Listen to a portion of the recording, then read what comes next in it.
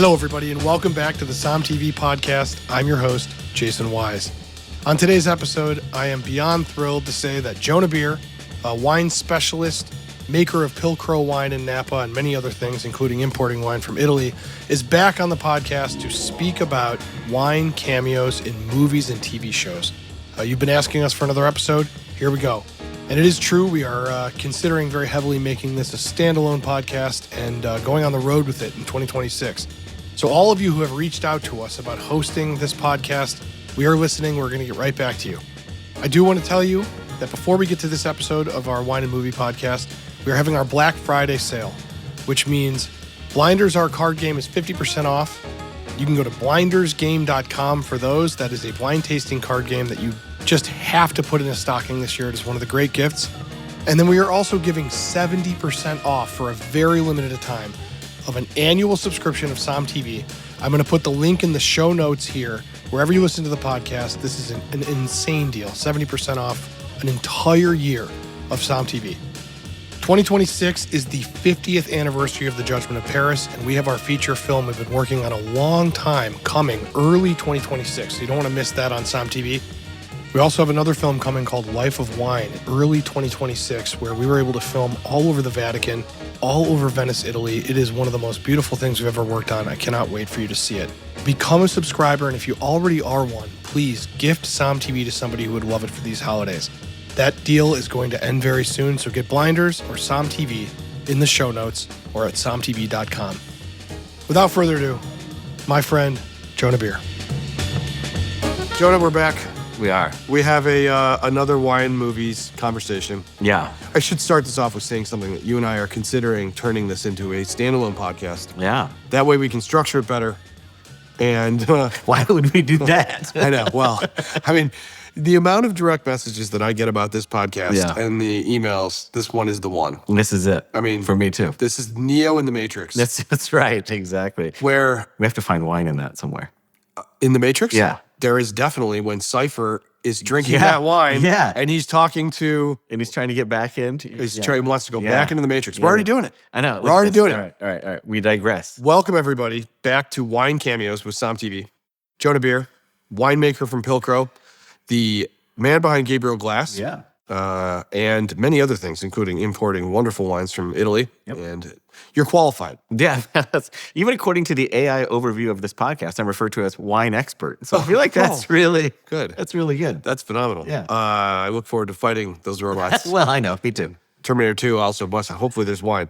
Okay, so obviously in this podcast, if you've never listened or you've never watched this episode, we're doing this on camera right now, which is a nice treat. We find wines, sometimes drinks. Yep. Soon on an upcoming podcast, we will also include food. Yep. But we are going to be doing this. Today we have each picked 3 things. I have picked 3 movies. You have picked 3 shows. Yes. We've gone TV versus movies. Yes.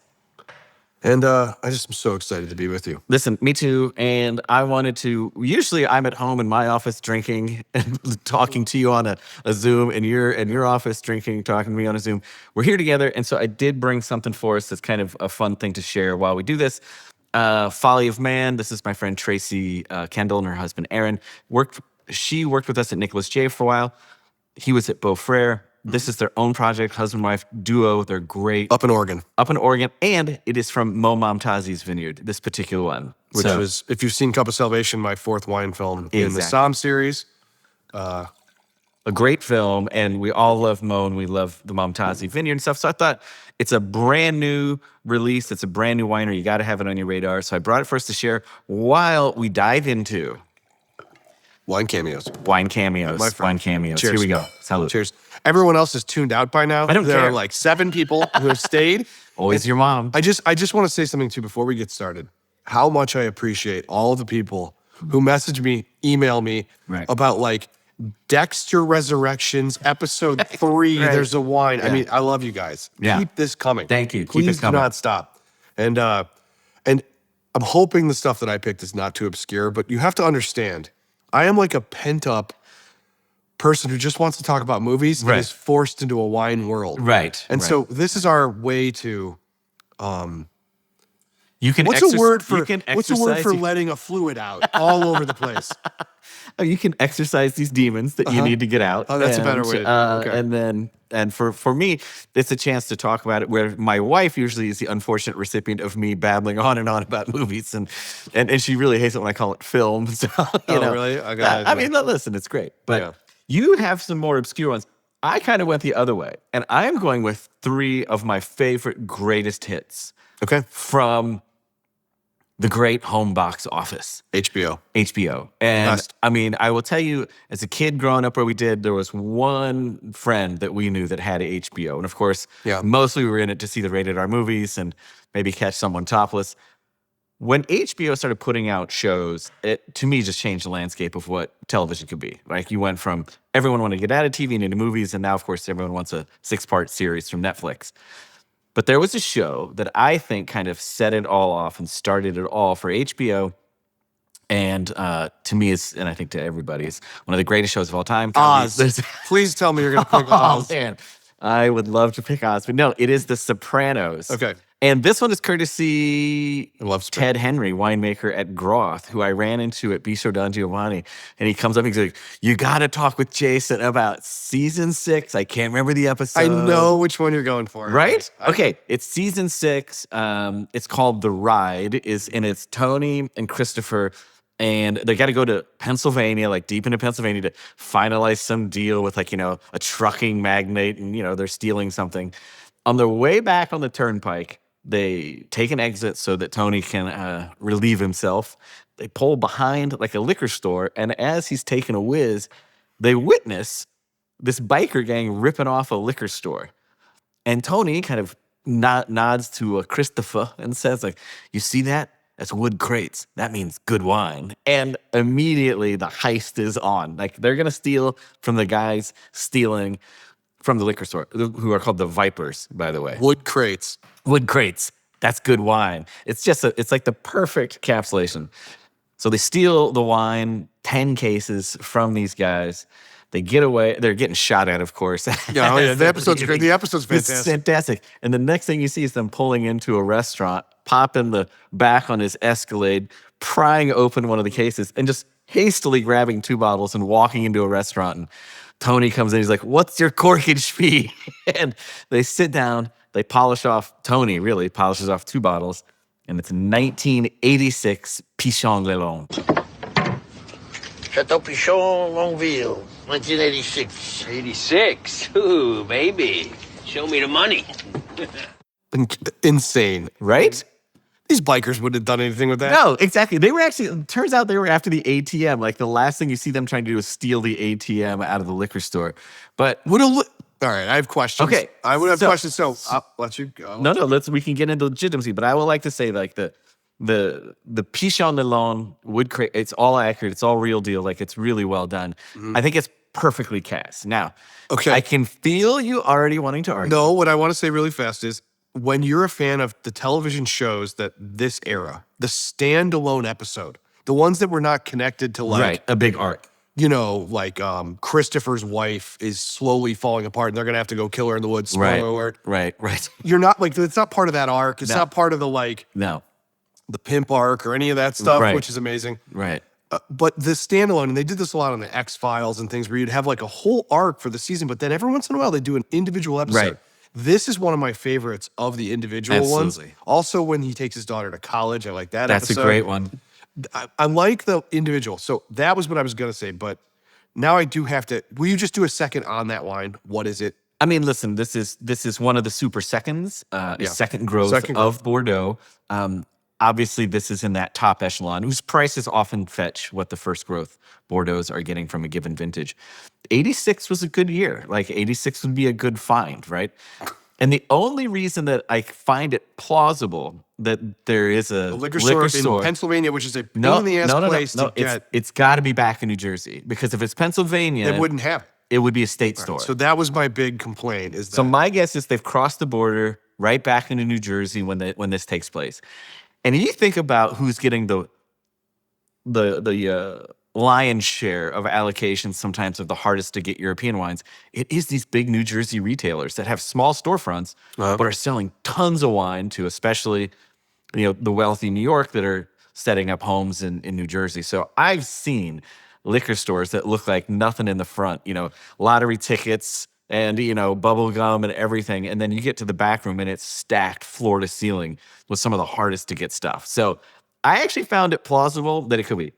If it happens in Pennsylvania, it's a no-go. Yeah. It's a state store. It's never happening. But in this case, I kind of found it plausible. And I liked the fact that it wasn't, they weren't going for the like a really big obvious name, like a DRC or a Petrus or something. It was kind of that perfect one that they wouldn't know what they stole. They wouldn't know how good it was, except for the fact it was in a wood crate. I would bet my cojones that there's no question somebody on the writing staff is really into wine. For sure. And was like, had this wine with their father-in-law or at Yeah. a dinner while Yeah. they're pitching some Yeah. show or something, and they were like, I'm writing this Yeah. in because it's obscure and I'm hyped about Yeah. it. So And end of episode is they're in Tony's basement, and Tony's bought a wooden wine rack and he's putting his half of the stash away. And Christopher comes down and kind of gleefully and gloating says, I sold mine. I got $300 for all 5 cases. And I just it's the perfect line. Like he had no clue what he had. He sold 5 cases of 86 Pichon for $300. could you imagine getting one bottle for $300 right now? Exactly. Jesus criminy. Well, that's great. Sopranos, great, unbelievable show. Everything about it's great. And there's so much wine and booze in there to talk about that we might have to find some other episodes. I mean, but- we could do a whole thing. I mean, like I said, we were talking about seriously talking about making this a standalone and taking it on the road as well, which is a tricky, That'd be great, drunken endeavor. perfect. Anyways, Yeah, awesome. I will say also, when we pick this stuff, part of the reason we pick the movies and shows is we really want anyone listening who has not seen this to watch this stuff. Yeah. Like, what a treat if you're younger and you've not watched Sopranos. Oh my God. I would be so envious of We'd be the first people to tell you that The Sopranos is a good show. So. yeah, for sure. And thanks, Ted Henry, for the pointing that one out, man. That's awesome. All right, I picked a movie that I deeply love, and I'm concerned that there's a certain demographic that is going to go. They're all going to be like the Leonardo DiCaprio meme, pointing at the screen right now when I say this. But I'm telling you, it's probably like me and a bunch of people I went to college with. And, okay. So I'm picking a movie directed by Michael Mann, who's a director that I. Oh boy, here we go. I'm sorry. No, I love it. I'm just buckling up for the 40-minute diatribe. No, I'm not going to do 40 minutes on Michael Mann, okay? I'm not going to do it. All right, I'm picking The Insider. And this is a film, Okay. The Insider, starring Russell Crowe, about the whistleblowing of the cigarettes and based on a 60 Minutes segment where they were whistleblowing that cigarettes are bad. Big tobacco. I mean, Big I tobacco. don't really know. It's like a ridiculous thing to even say right now. And in fact, with today's news cycle, it's like people would have been like, we don't care. This wouldn't even have made the news. Right. Like, people just wouldn't have made the news. Now, I mean, Tylenol causes autism. I mean, it's a whole thing. So much. So, but in this particular... Prop top. Jesus Christ, kill me. In this particular movie, you've got one of the all-time stellar casts. You've got Al Pacino. You've got Russell Crowe. Yeah. You've got Christopher Plummer, Right. who's been acting since 1901 in The Sound of Music. You've got just an incredible, and the movie itself is typical Michael Mann, just a sweat factory of stress. Yeah. It starts off with Christopher Plummer's character, based on one of the great journalists of all time, Mike Wallace, Okay. in a Middle Eastern country interviewing a suspected terrorist sheik thing, and it's Right. bag over the head, and they find this location, do all this stuff, and then it goes right into a little girl having an asthma attack immediately after, and then after the asthma attack, Russell Crowe sits down at a table, and he's having a drink with his wife, who he clearly does not have a good relationship with. It is a mess of a marriage, and they are drinking a Louis Latour Chardonnay. And this guy is a scientist who works for a big tobacco company, Right. kind of like a la R.J. Reynolds or something Right. with Marlboro or Sure. Camel, and so he's drinking this, and there's a lot. I mean, there's some tough themes in this film, but let me just say, when I saw the Louis Latour and he's drinking a French wine, he was in the South, so I think it's the Yeah. Carolinas where they would definitely Okay. have this bag. Okay, I just think it's the right wine, and Yeah. Can you tell that I really just want to talk about Michael Mann? No, this is actually a good one. And I feel like you could find it he's obviously in the South, but he's obviously in a metropolitan. Like, is he in like Charlotte? Do we know where he's exactly. at? Okay. Yeah. And so Totally tracks. yeah, it's like Raleigh or something like Right, that. Like, yeah. it's like, cigarette country. Cigarette heaven. And so, but he's a scientist. Yeah. And I like that this guy's a health whistleblower. Yeah. And we're in this time where people are thinking like, is wine healthy? People might be drinking less.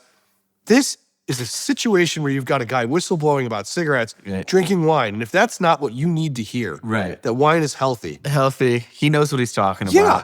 He's on the cutting edge of this It's science. not whistleblowing He's wine. not whistleblowing wine. Yeah. He's like, look, this really, really bad wine. I mean, his marriage. I mean, in the next scene, I believe he is let go from the cigarette company, and it starts the whole movie's chaos. Kinda spirals. And yeah. So, this guy's in a tough place.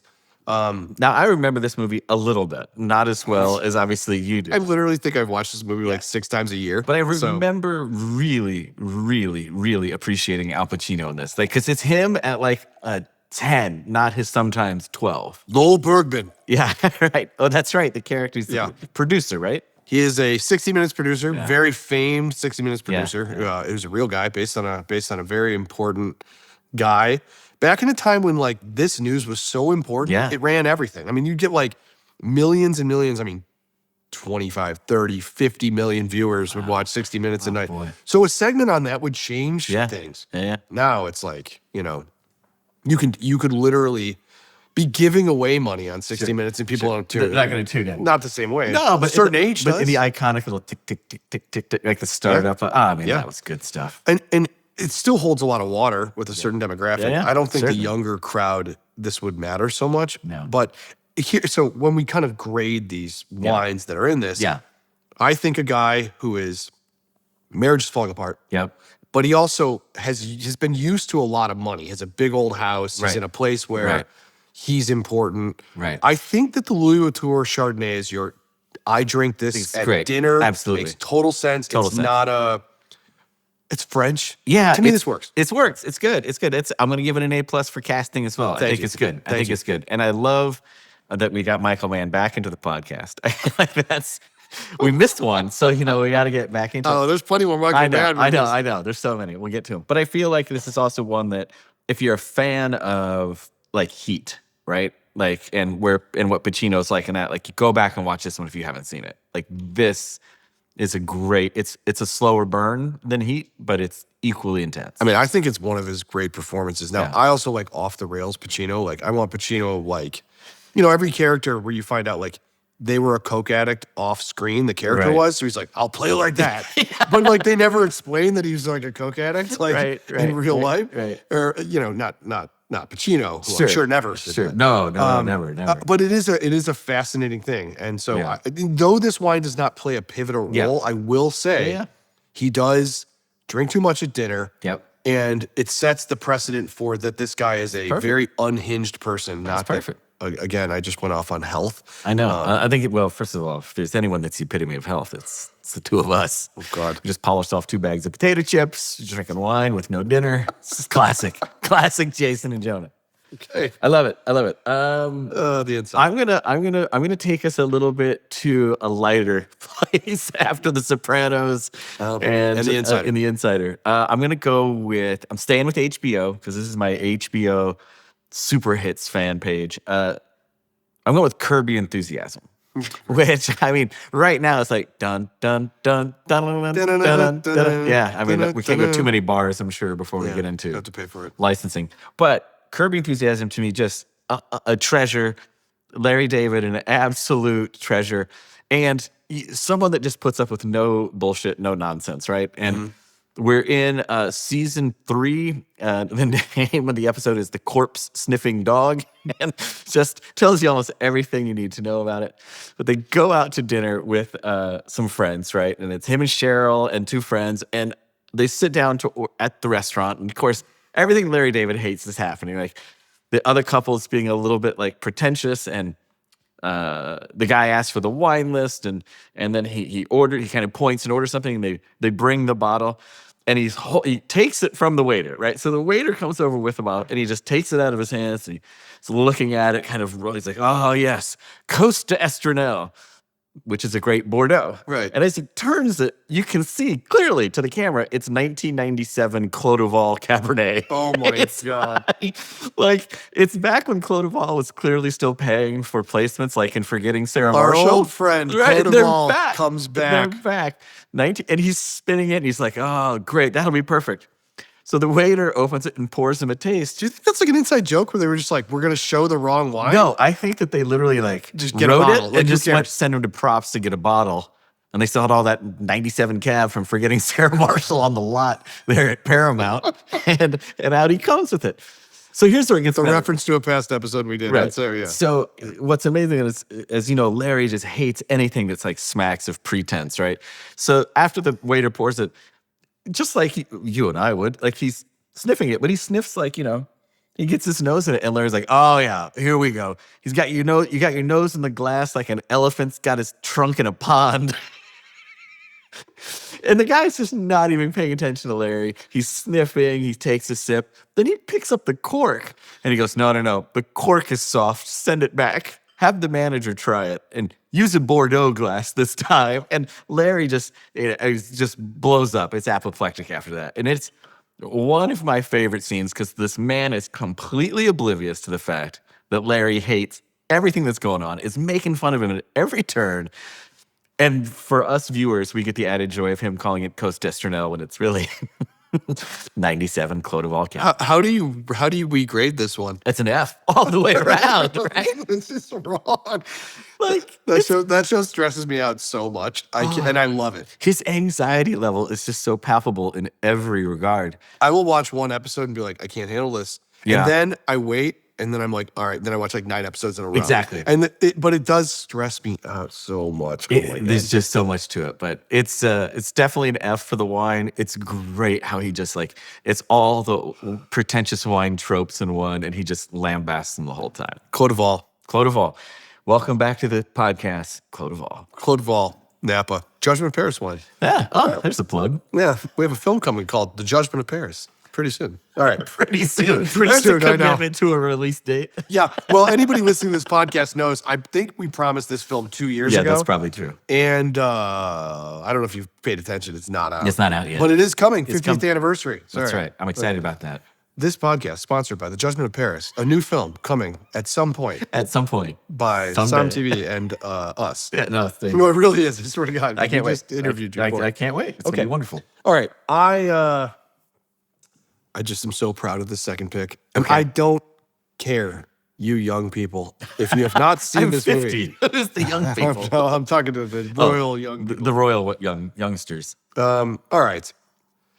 There are movies that come into your life, and they have a great premise. I like to think of movies like Predator, where you're like a bunch of mercenaries end up in the jungle, Right. and they find out they're being hunted Right. by an alien form. And you're like, well, sign me up. Yeah. I Put gotta it in my watch that. veins. Yeah. RoboCop.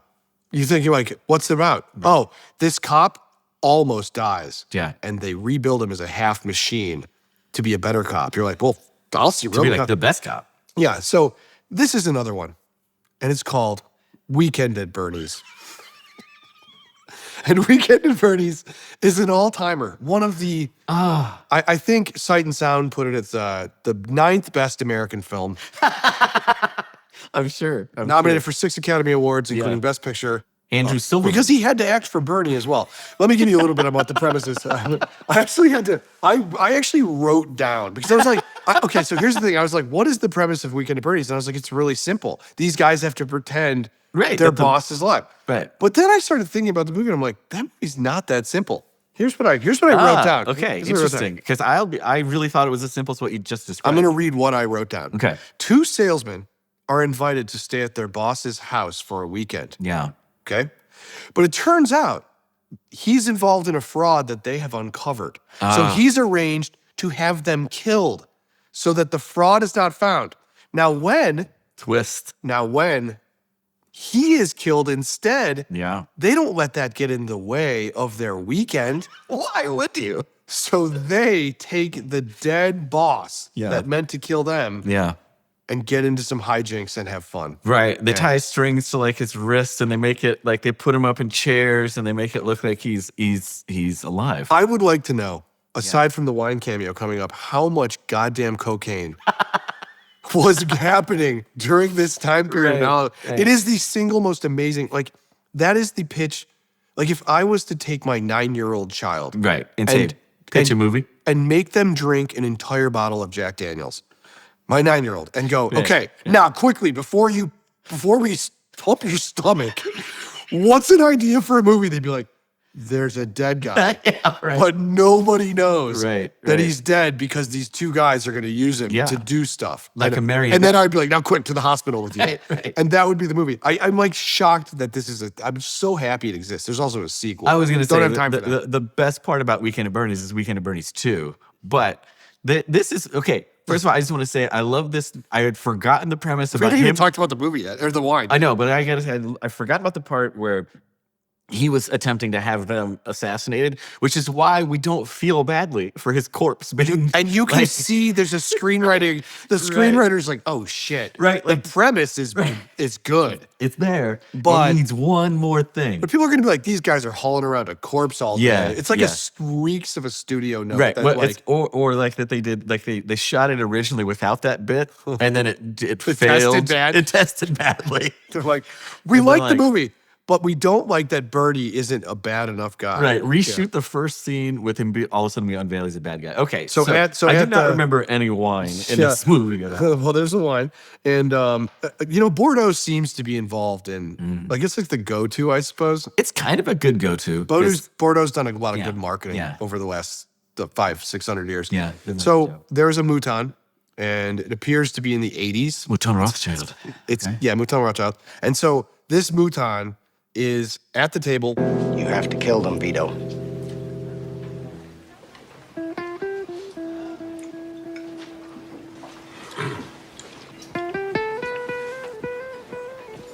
Bernie, let me explain something to you. We don't do that anymore. And so they're drinking this, and it gets passed around, and it's prominently right there in the middle of the table, dollying around the table. Yeah. And I just was watching this movie. Don't ask me why. Yeah, well, you had a spare Well, I hour was and a looking half. through Sight and Sound's list of best American films, and I was Sure. like, I hadn't seen this in a while. That's true. And so I watched Weekend at Bernie's and noticed this. And also, I do have to shout out to about 6 people who private messaged me about Weekend at Bernie's, which I know on this podcast and other awesome. places I make a lot of jokes about this film. And they were like, you got to do this. Yeah. And so all of you who messaged me, I'm listening. I'm a listening. big fan of your message. I also feel it's good. It's on topic. We're uncovering Weekend at Biden's that's been going on for so long. Maybe that's where they got the idea. Like, you never know. You're saying Biden ripped off Weekend at Bernie's? I think his staff did. First of all, I just want to say something right now. I would drop everything. I know there are some of you, I read your reviews, don't like me as a podcast host. Well, I don't find that's hard to believe. But it's okay. I'm going somewhere positive with this. good. I would leave all of this to direct Weekend at Biden's right now. Right now. I'm Right qualified to now. make Yeah. the third Weekend at Bernie's film with Joe Biden. Which would be great because it needs a third part to continuate the trilogy, which is what happens after a sequel. So anyway, shout out to those that like technical definitions of sequels. That's a real inside Yeah. joke right He's there. behind the camera. Yeah. He heard it. Yeah. that's Okay. good. Yeah. I'm not going to call that out for the guy who didn't think Top Gun Maverick was a sequel I know. to Top Me Gun neither. last night. Me neither. Me neither. We're gonna let that one go. Jackson Myers. Oh, okay. Anyways, I would like to Okay. say really Yeah. fast that I would love to put a lot of wine Yeah. in the third Weekend at Bernie's film Weekend Yeah. at Biden's. Oh yeah. Oh yeah. And also for all of you that's like that's inappropriate and mean, you're right. But I need the work. We have so much wine that we need to scatter about in the background of any scene. Not to be off any more off topic than we already are, but what's the wine in Weekend at Biden's? Oof. It has to. You know what? It's gonna Let's be- just do the Clos d'Aval thing again. Exactly. Where they think they say it's this, and we just show on Clos Like, d'Aval. everything's Clos d'Aval Cab, but we're gonna give it all different names. And even white wine, we'll be like, enjoy this Batard Malt Rocher. Have you and it'll be had Clos d'Aval View Cab. Telegraph Chateauneuf de Pape, and they just literally show just a straight Clos d'Aval. It is, yeah. One of the great inside jokes for a film that Just is everything bound is Clos to do d'Aval well. Club. That's gonna kill at the box office. Yeah, no. I mean, literally. How do you follow up? I don't know. My mom's not even listening at this point. What? No, she's tuned out. She's tuned back in. I see her. She's right there. I wish that was true. All right, what do you got? What's your next series? I like the fact that we started heavy, we went light. I'm going back to something that is not it's a serious show, but it's a great show. And it's almost unfortunate that those of us that love it so much can bore the shit out of others by talking about it almost nonstop. It is The Wire. Oh, yeah. Which is just HBO gold. Everything about it is fantastic. It is really good. Different seasons have different kind of themes to them, and it has like that arc that runs through the whole thing, but you're seeing different parts of policing, education, schools, newspapers, the press. press. It's just brilliant. And the It is one of those shows that the people are like, you haven't seen The Wire? I know. Oh. And I'm the same pretentious asshole that if I find out you haven't seen The Wire, I start pulling it up on my phone and like, let's just watch episode 1 together. Yeah. That it's just outstanding. I mean, it really is that good, though. Oh man, from Stringer Bell to Omar and everyone through, and then the two characters that kind of do run the entire show. And there's a handful that do, but the What two main line ones. is in this? This must be like upper crust Baltimore shit, right? No, that's what's so good about it. McNulty and Bunk, the two police detectives that start us off, and at the end of the season, at the end of the series, right, we're entering the final phase, and it's almost McNulty's chance to become. Dominic, what's his name? That's a great point. Dominic, what's his name? My wife's screaming right now because she loves him. Dominic West, who plays McNulty, yeah. So there's a scene where McNulty has changed some of his ways, and he's moved in with someone that means something to him, and he's helping to raise her two He's children. such a piece of shit. He is, but you think he's changed his ways. He invites Bunk, his old partner, over for dinner. Shit. Yeah, exactly. So Bunk knocks at the door and he answers, and Bunk literally is like, still standing at the door. He's like, hey, thanks for having me over. And he hands him a bottle. McNulty looks at it and he just says, Cote de Rhone. And Bunk walks in and goes, yeah, the sommelier behind the plexi said it was dry. It's just Behind the plexi. behind the plexi, right? 'Cause he's buying it. This is pre-COVID, too, so the plexi's like a Right, security thing. It's not exactly. like a sneeze thing. That's good. It's Paul Jaboulet-Onier, Coteron Parallel 45. And to me, it's just about the best wine you could probably find in like middle-class Baltimore, popping into a liquor store. As McNulty's walking away with the bottle and he's headed towards the kitchen, he hollers back at Bunk, do you want ice in yours? And he goes, nah, that's 2-digit vino, my man. It's got a cork and everything. It's the best. The best. That's really good, actually. Do you want ice in yours? No, that's 2-digit vino. Is this 2-digit vino? It's got a cork and that's 2-digit vino. Oh, all right. It's got a cork and everything. 2-digit. I think it was like $11. Probably. Yeah. First of all, casting. I think this is about the best, and it would feel important because it's an imported wine. You can get this in the corner store by where I live right now. Right. It's like, Exactly. for real. That's Yeah. the wine. So, The only thing that kind of upset the apple cart in the whole scene was that Dominic West or McNulty pronounces Cote de Rhone flawlessly on the first try. And I'm like, he's British. Exactly. This dude is from the I UK, know, but his so- character wouldn't have. so that's where it slips His out. character would have fumbled through it a little So are you going to ding it A- because of bit. this? We're going to go A- because of Oh. McNulty's read. That hurts. Yeah, I know, but hey, I got to call him like I see him. That hurts a lot. We never graded our my weekend at Bernie's. Oh, A+. All right, thank you. Are you kidding me? 80s showing off. You're a boss. Yeah. Mouton. Wearing some suits, nice sitting restaurant. around a French restaurant with like peach tablecloths. This is Shoulder perfect. pads and the suits. Oh man, those Kirstie Alley shoulder pads, those were phenomenal. Man. I was Designing I was women. there. I was there for a second. I feel like this could have been a sugar baker woman probably in this one, you know? All right. So now I've got one more movie. All right. Now, this one comes with a plea. Okay. If you have not seen this film, Okay. I deeply want everyone to watch this. If This you is- think I haven't seen it, you're definitely going deep. So, like, you're already starting with you've probably not seen this. Yes, no. Okay. This is in my top films of all time. So this is like Whoa. All hands down a movie that my wife and most people around me know that I obnoxiously evangelize this film. I love it. I think it is a masterpiece. I think Right. it is. There are very few perfect movies. This is one of them. Now, I'm not like, I sound like a hyperbole machine. I'm like telling you the truth. I love this movie. Okay. It is watched often by me. I own it in every form you can own it in. and Laserdisc? They never made it in Laserdisc, but I'll I have it would transferred to you. Okay, please. I need an SD. All right. So this film is called A Serious Man. It is made by two brothers, Joel and Ethan Coen. And this is what they chose to do. Okay. With all of the juice they had from No Country for Old Men. They won Best Picture.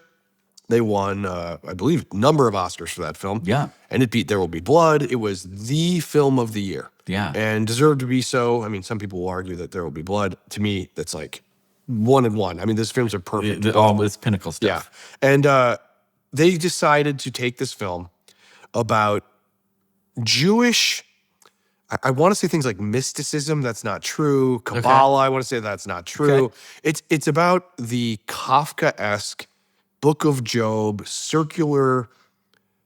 The whole point is, I didn't do anything. Why is this happening to me? Because you didn't do anything. Right. But I didn't do anything. Right. And it is a movie that is masterfully shows how complicated it is to just try to exist. Okay. And just the pain of existence.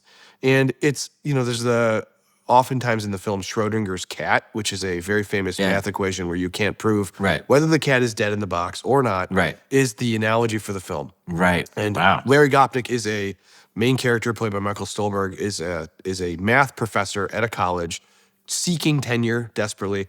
And if you're fans of films like Big Lebowski and Fargo and these movies where it's a pressure cooker of absurdity, this movie is one of these, but it is a deep, incredible stuff of a bunch of Jewish people who live in Minnesota, surrounded by non-Jews, the boys, and they are outsiders, but yet surrounded by lots of other Jews. And it's an incredible look at, I don't know. It's a movie that people need to watch to understand how good the Coen brothers are at piling on history and comedy and nonsense and a number of other things. It's a tremendous film. Okay. Anyways, nihilism of the human condition, a real comedic romp through Minnesota. Listen, I cannot put into words. This film is it's about so many things. You can watch it in 5 or 10 or 20 different ways. I've never seen it. Okay, so it's called A Serious Man. Serious Man. And who's in it? Well, not a lot of people you would have heard of. Okay. So Michael Stolberg and Richard Kind, speaking of... I like Richard Kind. He's very good. Speaking of Curb, he's in that often. Oh, yeah. And so he's very good. He plays the main character's brother.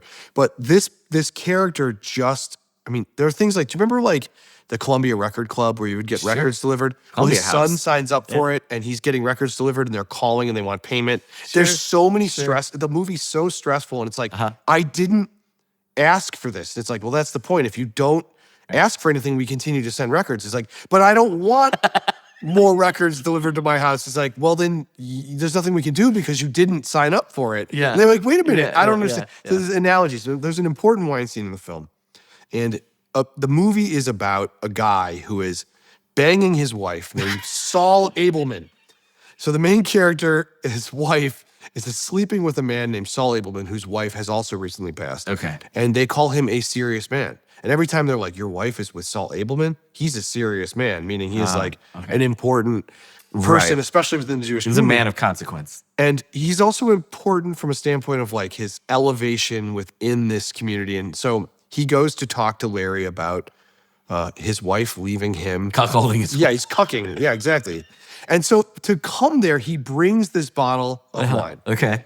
And he brings a Bordeaux. And his whole thing is, that's it. Back to Bordeaux. I'm glad to be here. I want to talk to you. I'm glad that you're being an adult about this situation. I've brought you a wine. Judith told me that she broke the news to you, and she said that you were very adult. Did she? Absolutely. The respect she has for you. Yes. Do you drink wine? Because this is an incredible bottle. This is not Morgan David, Larry. This is a wine, a Bordeaux. You know, Si. Open it. Let it breathe. 10 minutes. Letting it breathe. So important. Thanks, Si. But Listen, I insist, Larry. There's no cause for discomfort. I'd be uncomfortable if you didn't take it. Larry, listen. These are signs, tokens, Larry. I'm not ungrateful. I just don't know a lot about wine. And given our respective... It's okay. And then Larry tries to talk and he goes, it's not just any wine, Larry. It's a Bordeaux. This isn't a Morgan David. A Morgan David. Morgan David. Morgan Yeah, David. yeah. This is a Bordeaux and it needs to open 10 minutes before, Larry. It needs to breathe. You got to let it breathe. And so he gives him this whole thing and he just keeps saying, I don't know much about wine. I don't understand. I don't know what to do. He's like, I'm telling you, you need to open it. And so it's the wine itself Now, I'm also offering a plea because you can't really see. Ooh, we don't the know what it wine is? There's a label, and I want someone to help me. If anybody Okay. can message me this, hell, I'll try to send you the bottle of wine. But I can't find out what it is. Yeah, And it's okay. it is in my top 5 favorite wine scenes ever in any movie of all time because the wine itself Yeah. symbolizes so much. It symbolizes what Larry's not. But Right. it symbolizes the fraud that Saul Abelman is, but Right. also that he, by knowing this isn't a fraud. Right. And that is really what wine to me kind of is that's like a fake it till you make it. And it actually is real. Yeah. I don't know if you've ever read any James Suckling. Oh, yeah. Okay. Oh, yeah. Anywho. Is that shots fired? No, I love it. I love Okay, it. fair. So we don't know what it is, but it's this pretension that he brings with it. And the fact he's using it almost as a way to show this guy he doesn't know anything. Like, I'm think better he's- than you. I know more than you here. He's also Stole using it as a way to say, I'm effing your wife. Working your wife. And he hands the bottle. And what he's really saying is, you know your wife? Yeah. What can you imagine what I'm doing to her? Can you imagine what I'm doing to her? And it's an amazing thing. The movie itself is one of the funniest films that I have ever seen. And it's also very uncomfortable and Okay. wonderful. And so Okay. it's so good. So All right. that's Well, my, I appreciate the fact that I have my homework for this weekend. Yeah. I am going to watch A Serious Man. and then Weekend at Bernie's too. And then I'm going to have that queued up tonight.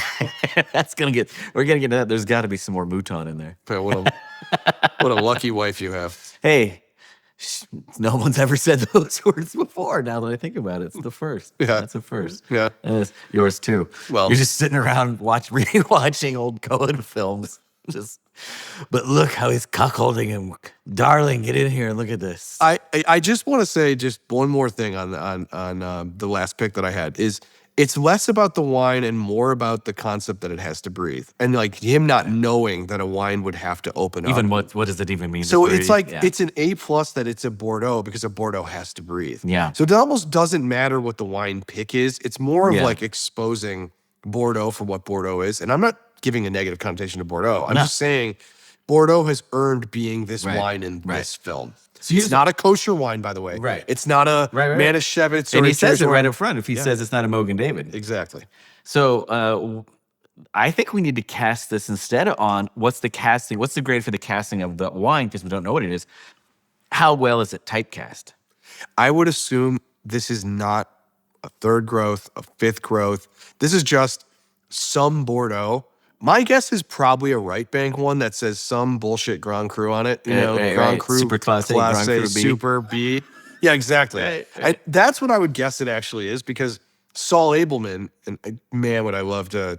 I would imagine the vast majority of people listening have not seen this film. If Yeah, you have, you're my brother Yeah. or my sister, and I love you. Yeah. But this particular wine has got to be something that emphasizes like he probably bought it for $21 Yeah. in 1970 money, which no, he probably bought it for like $11 Yeah. 1970 money. And so I don't think it's a great one, but I also don't think it's a bad one. I just think that he knows Larry doesn't know shit about wine. Right. So he can bring anything and it's a Bordeaux. Right. And that's to me, that's the A+. Is he typecasted as Bordeaux. Yeah. Bordeaux got typecast into the perfect scene in the perfect moment where know-it-all cuckold is going to use it as a way to kind of bludgeon you about the ego that he knows more about not only your wife. I feel so bad for Larry. I just want you to know this. I'm hopefully not getting cuckolded I right was gonna now, say, but let's see, you're in Napa. Your wife's in. No, never mind. Let's not call home right now. Yeah. oh my God. Thank God my wife doesn't listen to this podcast. Well, no one is at this point. She can't which is great. stand listening to me talk anyway. Yeah, But as in life, as in life. Larry Gobnick. All right, A+ for typecasting. Yeah. We got to find out what it is. Yeah. So anybody listening to this, I really want to know what the wine is in A Serious Man. Okay. It's a Bordeaux, Larry. It's a Bordeaux, Larry. Ugh, what a All right, wonderful thing. I love it. So we want your suggestions, listening. Yeah, People listening. we need them. Please send us your wines, your scenes, your films. And we're thinking about taking this thing on the road. We've gotten a lot of people saying that they would like, many people are saying Many people are saying that they want this. And so we are going to do we'll have that. Biden there. It'll be great. And standalone podcast. So, Jonah, I can't say how much I love doing this with you. Me too. And more to come. More to come. This is one of my favorites. And thanks for sharing this bottle. Thanks for giving me my perfect weekend movie to watch, and also A Serious Man. Yeah, serious man. Yeah. Well, to Gabriel Glass, which is taking out of there we go. Salute.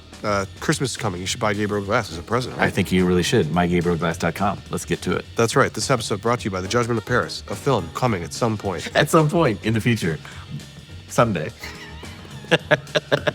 That's the most perfectly committal you've ever been to a release date. Oh, boy. All right. Good night. You're the best. I want to thank everybody for listening. Man, do we love doing these. Please don't stop sending in your recommendations for the movies and shows where you see wine cameos. We love, love, love it. And we will be on the road in 2026 with this podcast, so ticket availability will be coming soon. Make sure to take advantage of our Black Friday deals right now. I'm going to put the links in the show notes. Crazy deal. Get blinders, put them in your stockings, and get Som TV for someone you love or yourself if you've been holding out.